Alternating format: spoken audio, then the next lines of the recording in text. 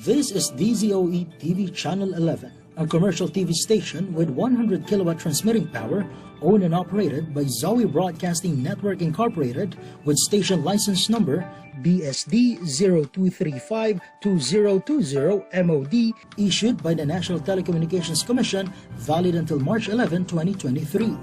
Zoe TV 11 studios are located at the 22nd floor, Strata 2000 building, Emerald Avenue, Ortigas Center, Pasig City, with transmitter at Barangay San Roque, Antipolo City.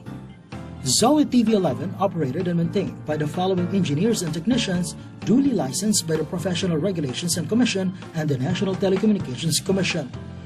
Professional Electronics Engineers, Antonio T. Soriano, PECE number 0000042. Vincent G. Ronquillo, PECE number 0001199.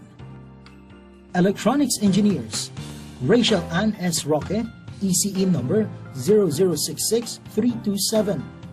Jed Ellison C. Zapanta, ECE number 0062739. First Class Radio Telephone Operators, Charlie F. Perez, 06-1 PHN-23257. Peter N. Basalote, 06-1 PNCR-23273. Gerard Lawrence Osandagol, 06-1 PV-23313. All programs telecast on this station have been approved by the Movie and Television Review and Classification Board. This is Zoe TV 11, now signing on.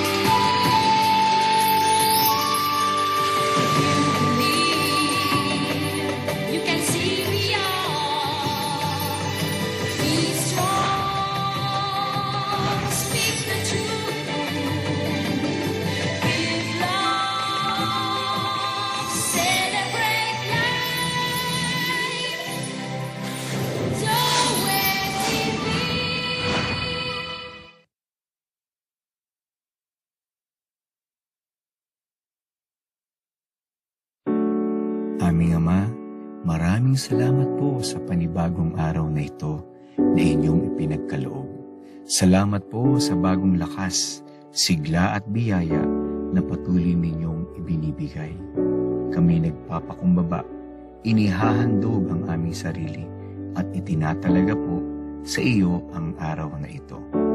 Dalangin po namin na kami maging daluyan ng buhay, paglilingkod, pagpapala, at liwanag sa nakararami. Turuan mo po kaming lalong manatili sa iyong salita at samahan po kami nang sa gayon higit na kami makaimpluwensya ng katotohanan.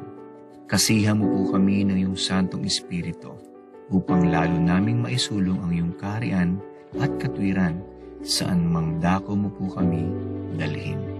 Punin mo po kami muli ng pagmamahal sa iyo sa aming pagsunod, dumaloy ang pag-ibig po sa pag-abot at paglilingkod namin sa aming kapwa. Tulungan po kaming maging matapat sa lahat ng aming kilos at salita at makita ang integridad sa lahat ng aming ginagawa.